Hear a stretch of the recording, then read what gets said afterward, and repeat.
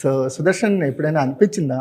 అంటే నీ కెరియర్ బాగుంది, బిజీగా ఉన్నావు, కెరియర్‌లో అంటే నీ క్యారెక్టర్‌కి నువ్వెప్పుడూ ఒక మెట్టు పైనే పెడుతున్నావు గానీ, నీకు ఇచ్చిన క్యారెక్టర్‌ని డౌన్ చేయట్లేదు. That is a good part. ఏమన్నా చేంజ్ అవుదాం, ఈ సీట్ నుంచి ఆ సీట్‌కి మారుదాం అని అనిపించింది. సీట్ వరకు ఓకే అన్న.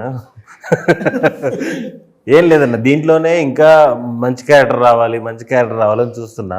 మంచి క్యారెక్టర్లే చేస్తున్నావు, నువ్వు గుర్తించట్లేదు అంతే. మంచి క్యారెక్టర్ చేస్తున్నా అన్న, ఇంకా మంచి ఉంటుంది కదా.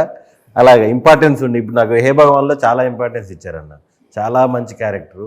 నారాయణ నడుమరలు కూడా మంచి ఇంపార్టెంట్. 100% అన్న. అలాగా ఇలాగ మంచి ఇప్పుడు నాకు ఎప్పుడైనా అనిపించింది అసలు ఏదన్నా లీడ్ రోల్ చేద్దాం? లేదన్న, హానెస్ట్గా లేదు. ఏది ఈ మెయిన్ సినిమాలు చేయాలని లేదు, ఓటీటీలో అప్పుడప్పుడు వచ్చేటి అన్న. నాకు ఇప్పుడు మలయాళం సినిమాలు చిన్న ఇన్సిడెంట్ వల్ల ఒక సినిమా అవుద్ది కదా, నలుగురు కలిసి ఇప్పుడు అదేంటది లోయలో పడిపోయేది, మంజుమల్ బాయ్స్.